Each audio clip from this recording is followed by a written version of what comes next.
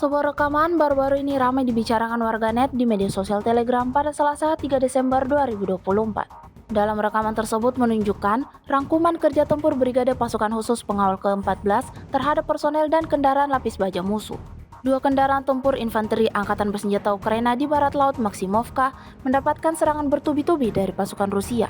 Tidak hanya berfokus pada penghancuran peralatan militer, pasukan Rusia juga turut melayangkan serangan pada orang-orang Ukraina yang teridentifikasi kamera pengintai, seperti yang terlihat dalam rekaman.